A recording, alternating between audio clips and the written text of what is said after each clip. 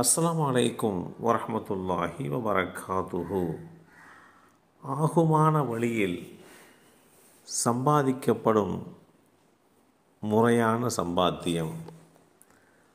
ரபீ இப்னு ஹதீஜ் ரலியல்லாஹு அன்ஹு அவர்கள் அறிவித்தார்கள், அல்லாஹ்வின் தூதரே, யாவற்றிலும் சிறந்த சம்பாத்தியம் எது என நபி ஸல்லல்லாஹு அலைஹி வஸல்லம் அவர்களிடம் கேட்கப்பட்டது.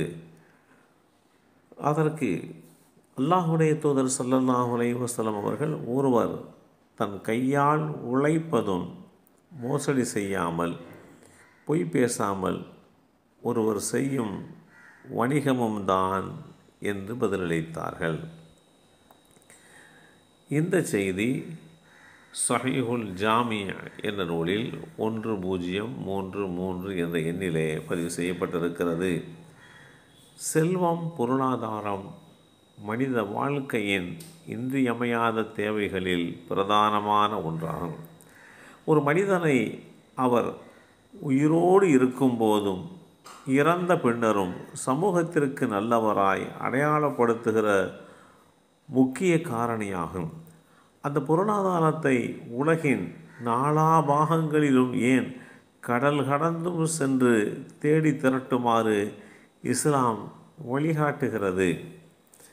பொருளாதாரத்தை அலங்காரம் என்று அறிமுகப்படுத்துகின்ற வேதமறை குர்ஆன், செல்வ வளமும் மக்கட் செல்வமும் மனிதனின் உலக வாழ்வின் அழகிய அலங்காரமாகும்.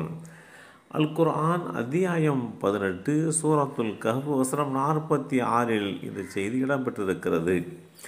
நீங்கள் பூமியில் பரவி செல்லுங்கள், அல்லாஹ்வின் அருள் வளங்களை தேடும் பொருட்டு என்று குறிப்பிடுகின்ற இந்த செய்தி அல் குர்ஆன் அத்தியாயம் 62 சூரத்துல் ஜும்ஆ வசனம் 10 பதிவு செய்யப்பட்டிருக்கிறது. பொருளாதாரத்தை தேடுகின்ற வழி அனுமதிக்கப்பட்டதாக இருக்க வேண்டும், ஆகுமானதாக அமைந்திருக்க வேண்டும் என்று இஸ்லாம் வலியுறுத்துகிறது. அல்லாஹ்வுடைய தூதர் ஸல்லல்லாஹு அலைஹி வஸல்லம் அவர்கள் சொன்னார்கள், ஆகுமான வழியில் சம்பாதித்து பொருளீட்டுவது ஒவ்வொரு ஆணின் மீதும் பெண்ணின் மீதும் கடமையாகும் என்று குறிப்பிட்டிருக்கிறார்கள். மனித வாழ்க்கையின் இன்றியமையா தேவையான பொருளாதாரத்தை அடைய வேண்டுமானால் அதை தேட வேண்டும். அதற்காக அனுமதிக்கப்பட்ட ஆகுமான வழியை மேற்கொள்ள வேண்டும். அதற்காக இஸ்லாம் ஆகுமான பல வழிகளையும் நெறிகளையும் பகல் வெளிச்சம் போல் தெளிவாக காண்பித்திருக்கிறது. அப்துல்லாஹ் இப்னு மஸ்ஊத் ரலியல்லாஹு அன்ஹு அவர்கள் அறிவிக்கின்றார்கள், ஒருவர் விலக்கப்பட்ட தடை செய்யப்பட்ட வழியில் செல்வத்தை திரட்டி அதிலே இருந்து நல் வழியில் செலவு செய்தால் அந்த தர்மம் அல்லாஹ்விடம் ஏற்றுக்கொள்ளப்பட மாட்டாது. தனக்காகவும் தன் வீட்டாருக்காகவும் அதில் இருந்து செலவிட்டால் பாக்கியம் அற்றதாக அமைந்துவிடும். அதனை விட்டுவிட்டு அவர் மரணித்து விட்டால் அவரது நரக பயணத்திற்கு அது சாதகமாகத்தான் அமையும். அல்லாஹ் தீமையை தீமையின் வாயிலாக அளிப்பதில்லை என்று குறிப்பிட்ட அந்த செய்திகளையும் நாம் இங்கே நினைவு கூற கடமைப்பட்டிருக்கிறோம். இத்தகைய அடிப்படைகளை புரிந்து கொண்டு முறையான வழியில் ஆகுமாக்கப்பட்ட பொருளாதாரத்தை அடைவதற்குண்டான வழிகளை புரிந்து கொள்ள வேண்டும்.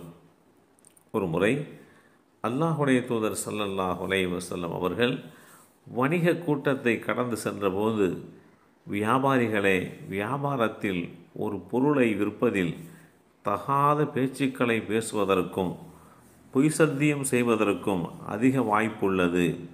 எனவே நீங்கள் உங்கள் வியாபாரத்தில் தர்ம சிந்தையோடு நடந்து கொள்ளுங்கள் என்று கூறினார்கள். எனவே வியாபாரம் என்பது வெறுமனே உலகியல் நோக்கோடு மேற்கொள்ளப்படாமல் நன்மையை நோக்கமாக கொண்டு அமைந்திருக்க வேண்டும். இதுதான் இஸ்லாம் காட்டுகின்ற வழிமுறை. எல்லாம் வல்ல அல்லாஹ் அந்த வழிமுறைகளை பின்பற்றக்கூடிய வாய்ப்பை நமக்கும் நம் சந்ததிகளுக்கும் வழங்கி அருள் புரிவானாக. அஸ்ஸலாமு அலைக்கும் வரஹ்மத்துல்லாஹி வபரகாத்துஹு.